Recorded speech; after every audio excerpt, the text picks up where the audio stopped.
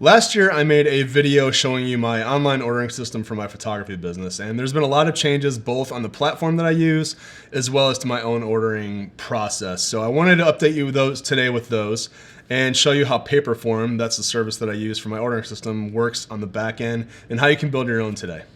So before I do anything, I'm going to bring you to my website and show you kind of how I have my ordering system set up. I'm going to ask ahead of time that you do not go through and make your own fake orders to see how my service works. I don't care if you experiment with it, but please, I beg you, do not hit submit, because it just creates a ton of false orders for me and just screws with my books. So please, just don't. Okay, thank you in advance. So that said, when you first visit my website, I don't have a traditional real estate photography website. I mean, you don't even see any real estate photos. You kind of really have to dig for them. But as you can see, it's very much focused on the realtors that I work with, so as well as all the different services that I might offer. All I really give people the option to do when they visit my website is to submit an order. And they can do it right here, they can do it right here. Pretty much the entire landing page is them giving them the option to submit an order. It's really just one big massive call to action. So they can either click up here or here. And once they get in, they're in my ordering and scheduling system. Now, everything you see here is done through a service called Paperform, which I'll show you in a moment. But this is essentially what it looks like if people submit an order. Now, I used to base everything based on square footage, but now I use everything based on location. So I go by zip code, and I have a 100-mile radius of my hometown or my current location that I serve. So if they put in a zip code within a 100-mile radius, the price will adjust depending on where they're located. So I'm going to go ahead and put in my zip code. And as soon as you enter the zip code, it's going to show you all the different services that I have. So they can choose property photos, they can do a mobile video, cinematic video, drone photos, or a full marketing package. And I have a brief description of everything. Now, the way I have my service set up is I basically just include for photography only. I do 20 photos, and they can add more photos later if they want to. But these are the main services people tend to hire me for. I looked back at my records over the last several years, and it's always like 90% of the time one of these things. But I also wanted to add this full marketing package to where they don't even have to think about anything. They can just select everything up front, and I'll just do it regardless of property size. So let's just say for the sake of time, they just wanted to order photos. So what they do is they click on photos for $150 and they hit next. Now, this is where I added a section where it says they can select any secondary services they want. So that here they can add additional photos. I give them some suggestions. Floor plans, Zillow 3D tour, 3D virtual tour, room measuring, etc. All the stuff. Let's just say they want to add a twilight photo to this. And they want to add, an additional 10 photos. Okay, so it totals $350. It populates down there for them. They can fill out all their information down here. Okay, so an agent went ahead and they filled out the order form, and then they go ahead and hit next, and then it brings them to my terms. Now, it's very much an abridged version of what I'm going to send them when I send my invoice. But this has the majority of the things I want them to read, especially my rights and usage for them. So they have to agree in order to hit submit. Once they hit submit, it's going to bring them to my ordering system. I'm going to go ahead and or my scheduling system rather. I'm going to go ahead and hit submit so you can see what it does. And then it brings them to this. Now, this is all done through Acuity Scheduling. That's a whole other video, and I'll actually link it right here. Now, they can select this. What will happen, let's just say they schedule this. It'll automatically add to both my calendar and their calendar. And this availability is synced up with my personal calendar on my phone. So if I need to block off a time, I can just add a block on my phone, and it will not make those times available for them. So it's a super convenient feature, and I highly recommend checking into it. So that's pretty much my ordering system in a nutshell. That's my entire website. And I can say that for me personally, I'm not one who is very good at sales. I don't like talking about money. The nice thing about having an online ordering system is that it does all of that stuff for me. You have the option to do like upselling depending on how you set it up. I don't know that Paperform was originally designed to be an ordering system for people, but that's what I've come to make it in my own business. Now, I still use Acuity Scheduling. However, Paperform just released a new feature where you can actually do scheduling within Paperform itself, and I'll show you how that works once we get there. But that said, that's how I use Paperform on my business in a nutshell. Now what we're going to do is we're going to go into Paperform. I'm going to show you what my form looks like, what this ordering system looks like on the back end, and then I'm going to show you how to build one of your own. All right, quick interjection. I don't normally do this. I've actually never done this, but I wanted to tell you about a new course that a friend of mine came out with called The Art of Real Estate Cinematography. It's all about teaching you how to be more cinematic and be more decisive when it comes to making real estate videos. It's about 8 hours long. There's about over 80 videos, and it's all on Teachable, so you don't have to watch it all at once. You can come back. You can watch it on your iPhone if you want. It's super comprehensive. If you click on the link below in the description, you will get 10% off this course just by watching this video. Okay, so if you go to paperform.co, they're a company based in Australia. Super helpful, super responsive. They've been great to me ever since I started using it. And I would highly recommend before you sign up for Paperform, use the link in the description, by the way. It is an affiliate link and it will help me out. But read up on their services, see how you can integrate with everything. You can use Zapier, which integrates a bunch of other tools with Paperform. There's just so many different things that you can do. Now, the pricing for Paperform is super reasonable and completely worth it if you ask me. Like I said, I'm not one who enjoys selling. So since Paperform does the selling for me, it's almost like my own personal AI salesperson. It works great, worth the cost 150 times over. Now these are their annual costs. I use the Pro version, which is $32.50 a month, which ends up being just under $400 a year. Again, completely worth it. I would suggest using the Pro version. You can try the Essentials version at first.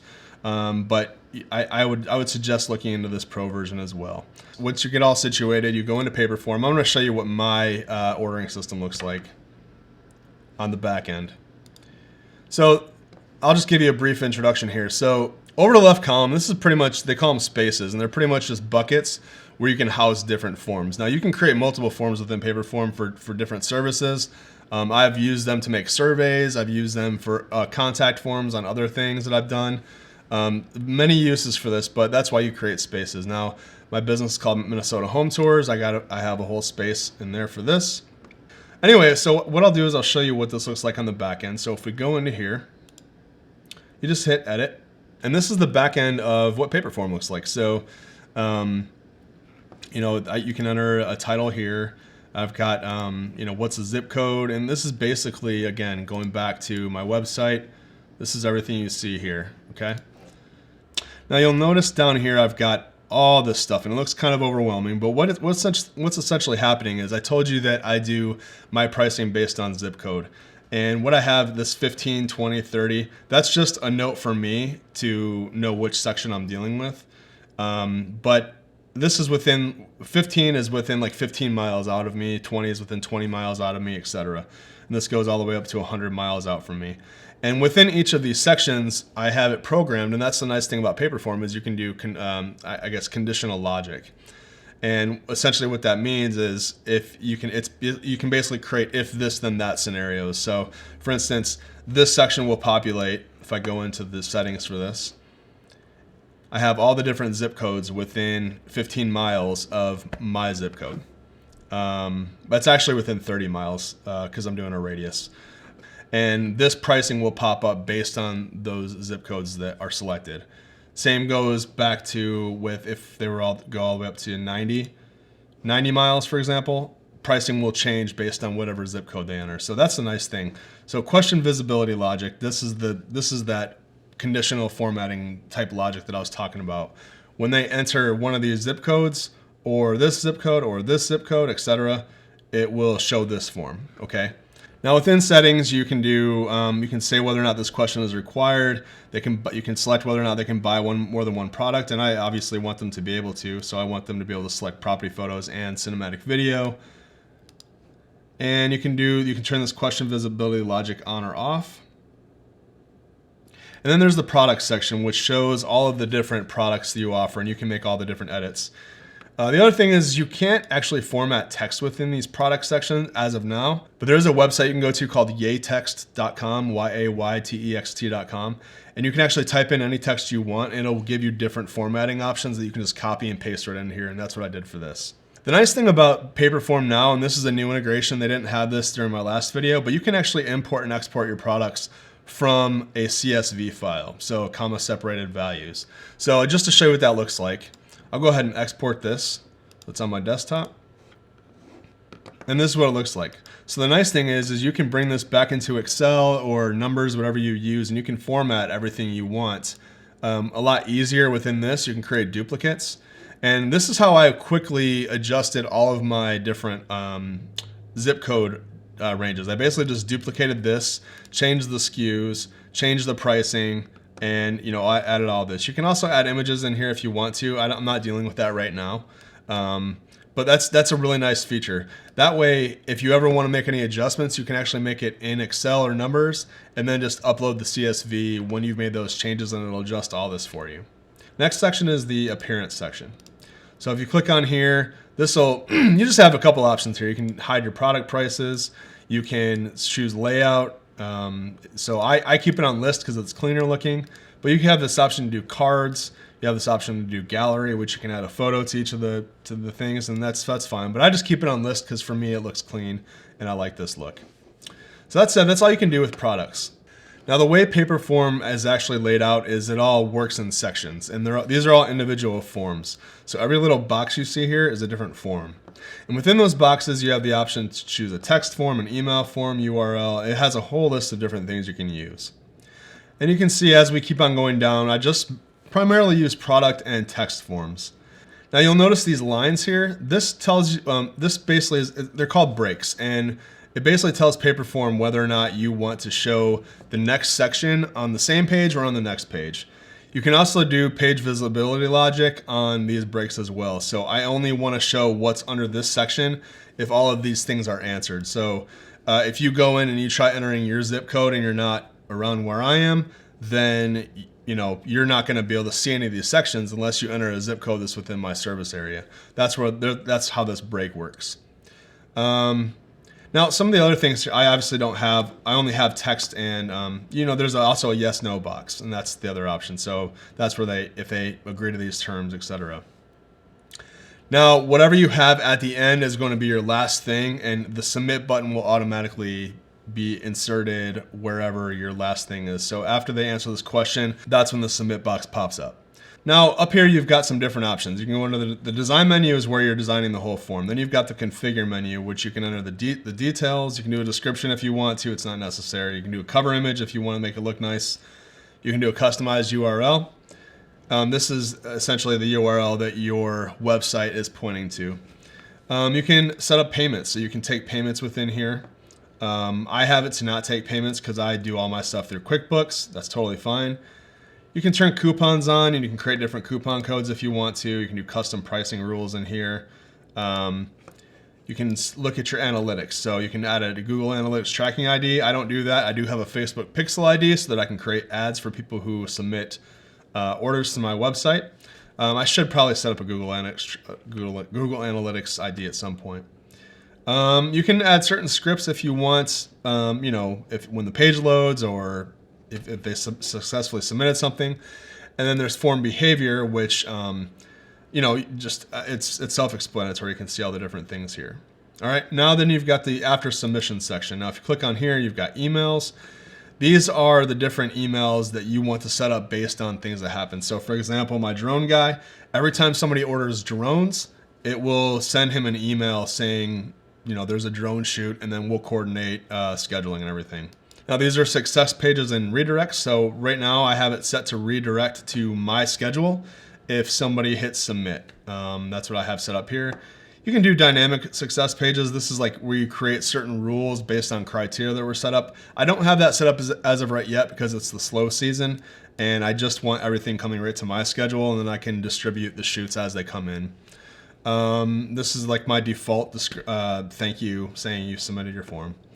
So if I want to create some kind of PDF that shows me the order or something like that, I can do that here. I actually don't mess with that, so I'm not even going to worry about it. And then here you can do integrations. So you can do integrations with Google Sheets, MailChimp. I have it set up to where anytime a new client rather, submits a form and they have to put their email address in, it adds them to my mailing list. I don't use it, but if I ever need to, I have it. And you can see there's all different kinds of integrations you can do on this, and you need you need to have the Pro plan in order to have all these integrations, I believe. And then the last section is the share option. So you can do, like, if you want to share this form to Facebook or Twitter, you can. I don't ever use that. But the embed code I do use, because the embed is where you need to select this in order. Now, I use Squarespace, but you need to copy this embed form in order to embed it into your website. You can do this if you have WordPress or Wix, but this is where you get your embed codes. Over here, it'll automatically save every couple seconds, which is really nice because you don't have to think about it. You can adjust your theme here if you want to. This is where you come in and you make any customizations to your theme. You can do theme settings, you can do typography, UI elements. I honestly haven't messed with any of this before. I just changed the colors and that's it. So we'll go back to here. So if you just hit view, it'll actually pop up a preview of what your form looks like. And as you can see, that's what we got.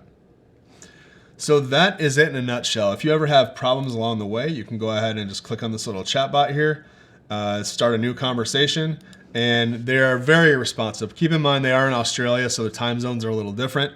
But again, they're very responsive. They've been very helpful to me and accommodating to what I'm trying to do. They've even helped me rebuild forms when I've screwed them up. I'm not saying they're gonna help you build your form, but you do the work, and if you need any troubleshooting on it, they'll help you get through it. Okay, so that is Paperform in a nutshell. Now I'm going to quickly show you how you could go about creating your own form. So what you'll do is you'll go back to the dashboard, and you can either create a blank form, you can use one of these templates. There's all kinds of templates here. I just personally start with a blank form, and I would encourage you to go through and look at the templates to see if there's one that works for you. You can always make adjustments to it. But let's just start with a blank form for the sake of this video. So as you come in to create your new form, you'll notice here it already has you ready to go. You just have to start typing. It says type here or choose an option to get started. You don't even have to click anywhere. You can just start typing. So let's just say, what is your name? And you can hit enter, and you can see it automatically brings you down to the next one. So these little options here, you can add a video, you can add a picture, you can add a break, or you can add another question, which again is another form. So as you can see, we've got a box here. And you can add, what is your question? So we'll put, what is your name here? Whoop, what is your name? And up here, we'll actually change this since that's not actually the question box we're gonna be using. We'll call it my order form.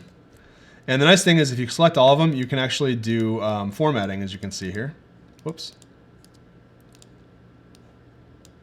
So I can do bold, italic, I can create a header, and you can go in and adjust your header styles if you want to.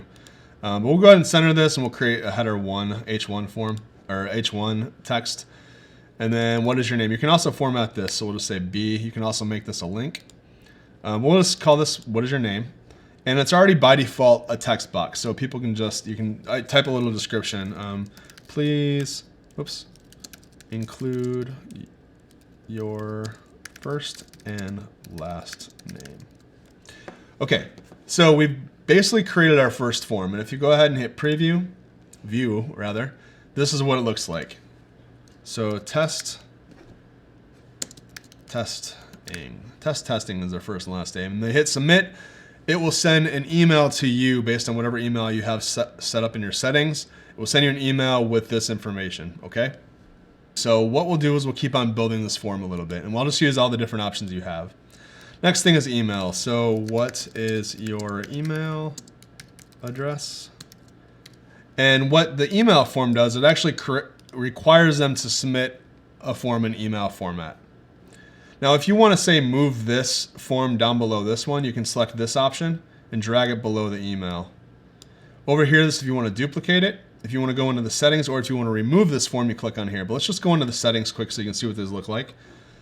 And as you can see, I'm not going to go through every single one of these, but these are all just the different settings that you can set up based on what you want to select. So I want to make sure this question is required.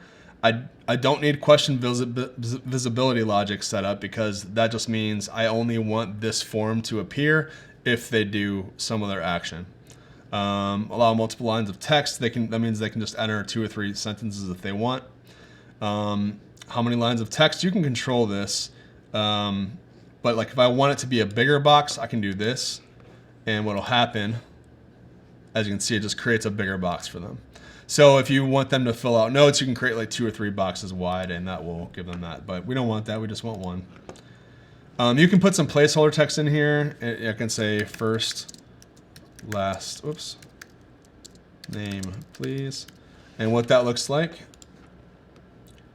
is like that, okay? You get the idea. In the email section, it's basically the same exact thing. You can select whether or not you want them to confirm the email address, so entering it in twice. I don't have that set up on mine. But it's pretty self-explanatory. So let's just add another question. Our next option is URL. So if you want them to put in a website, you can. It will require them to put the format for URL in there, and you can obviously go in here and see all the options. You can do yes or no question. You can do a number if you want them to enter a certain number, phone number. So you get the drift. Now let's go ahead and remove this form. And let's just say we want to add a break here. And a break is essentially when you want to tell Paperform to show whatever's below this break on the current page after these questions are answered, or show them on a new page. So we'll just add another question here. And then this is where we're going to start adding our products, okay? So let's just go ahead and go down to products. And you can select, what is your product? I can just say photo shoot, okay? And I can go into my settings. And I already showed you the product settings on my last page, so I'm not going to go through this in depth. There's already one product in there for you by default, so you can just name this. And we're just going to call this photos. We'll give it a SKU, photos.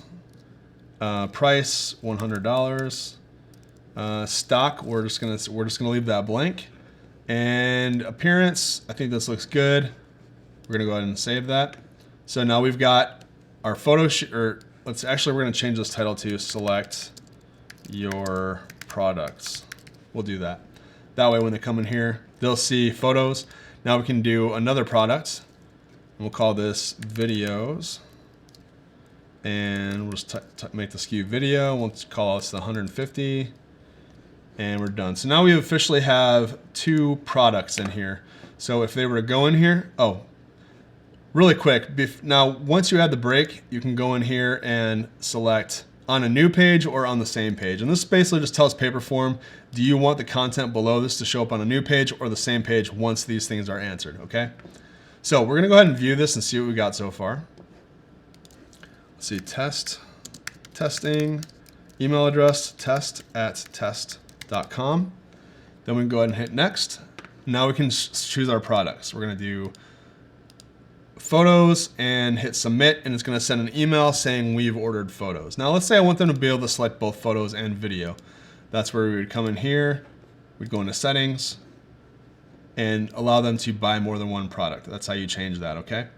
Now, let's say we want the question visibility logic turned on, okay? And let's just say, this is ridiculous, you'll never do this, but let's just say for the question, what is your name?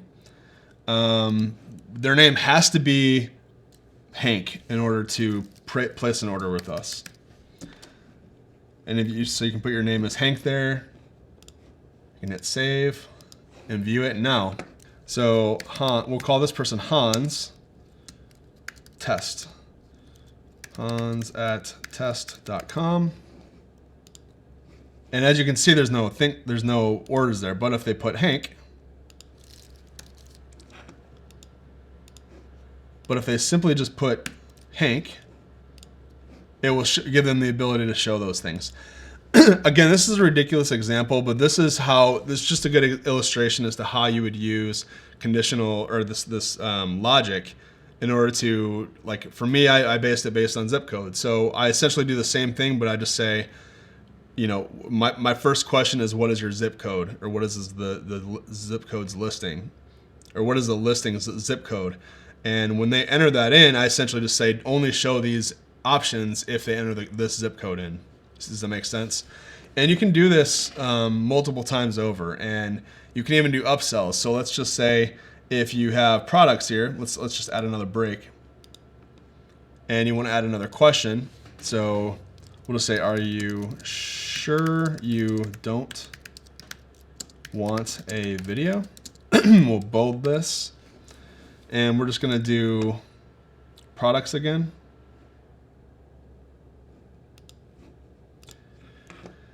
and we'll say, we'll call this video. Now you can't use the same SKU twice. So we already have video as a SKU, so it's automatically going to add a 1. I'm just going to call this SKU video upsell, and we're going to call it $150. And we also have to add question visibility logic. So if we go to question visibility logic and we choose the question, select your products, and if we say doesn't contain video, then show this option. Makes sense? So let's just see what that looks like in real world. First, I'm going to remove this. We're going to go ahead and remove that. What should happen is you put the name in, Hank at test.com. I don't know where I got the name Hank. Photos, hit next. Are you sure you don't want video? Or if we do video, it'll just go right to submit. It's not even going to show us the video because we selected it. So if you can use your imagination, you can build something very, very in depth, and you can create some really fascinating forms. Like I said, I've built my entire ordering system based on zip code. So everything that happens is based on location. My price automatically adjusts. You can also set it to redirect to multiple different calendars based on location. So if you know you got to shoot an hour away, you can basically send it to one calendar that only has a few slots available. Now the last thing I'll show you is Paperform's new scheduling option, and this is in beta still at the time of this recording, so it should be ready to go by the time this is all set up. So we're going to go back to the dashboard. We don't need this form anymore, so I'm going to go ahead and delete this. We can do more and delete. And I'm going to show you what the calendar looks like, the calendar feature. And I have this old form. This is actually what I was using the calendar on and when I was testing it. So I'll show you what it looks like. Again, I don't use this because I already have my Acuity set up. And I've already paid for it. So perhaps once my Acuity expires, then I'll probably start using Paperforms option. We'll hit edit here. Okay, so this is essentially the same form. The only difference with this form is when you get down here, I have myself and my other shooters' calendars selected here. So as you can see, it says there's one section here for products. It says based on your selection, you'll be scheduled with Jason. Would you like to override this and shoot with me for additional $35? And then depending on what they say, it'll bring them to one of these calendars, okay? Now, I've got all these different setups. So I've got one set up for if I need to travel more than 30 miles. I've got another one set up if they add video. And I've got another one set up if it's a local shoot.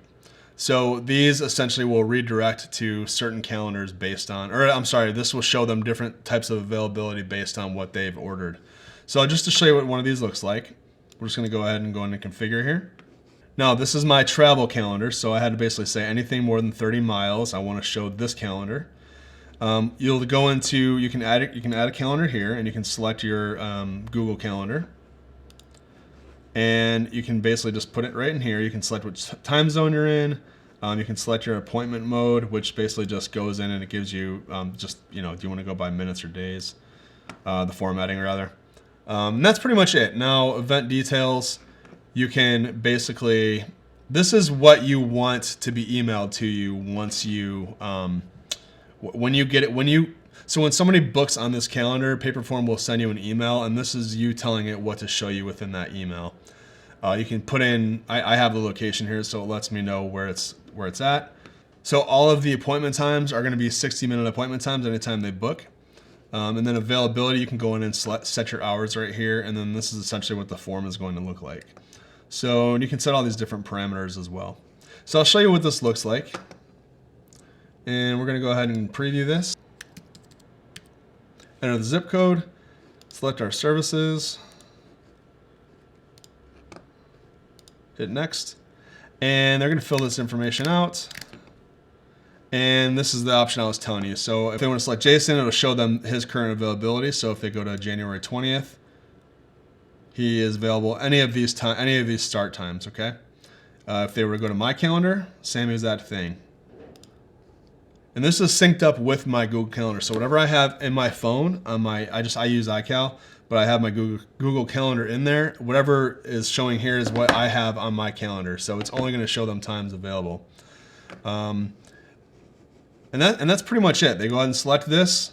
It'll give them a little confirmation. They hit next, they go to my terms, they agree, and hit submit. Another reason I might not jump as fast onto Paperform's calendars feature is, as nice as it is, with Acuity I have the option to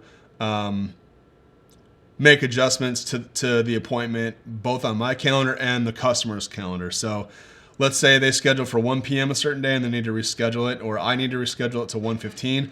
I can go in and adjust it on both of our calendars, so it will automatically populate on their phone that the appointment was updated. I don't have the option to do that with Paperform. In fact, I don't even think it doesn't even actually send a confirmation, or it doesn't even add the appointment to my client's calendar. So that's the only reason I'm still not entirely on 100% on Paperform, other than the fact that I've already paid for Acuity. But it's still a good feature, and it's a good intro feature if you haven't been scheduling yet. And I'm sure Paperform will update it as the days come. But very nice feature, very nice service. Again, I can't tell you how much additional income I've made just because of using Paperform. It's super easy to use. You will spend a few hours. I'm not going to lie. You're going to spend a few hours configuring it. What I would suggest doing is writing it all out ahead of time. Like, how do you want your order flow to work? Now, one of the services that I use is called Flow Map, and this is I actually got this idea from a friend, but I essentially drew out my whole plan, and I mapped it all out ahead of time. And this is actually for my old form. I don't have it for my new form, but when I used to charge based on square footage, I had it all mapped out based on how my orders were going to go. And it was super helpful, and it really helped me to organize how I went about building my form. You can just do this on paper as well. Just lay out all your services and find out how you want things to flow out, and then build the form from there. That's what I would suggest doing. Now, if you're interested in how I set up my form based on location, watch this video. It will show you all the details about how I figured out all my zip codes and determine all that, and it will tie into this Paperform video as well. You guys, thanks for watching. Use the link in the description if you want to sign up for Paperform. Thanks so much for watching.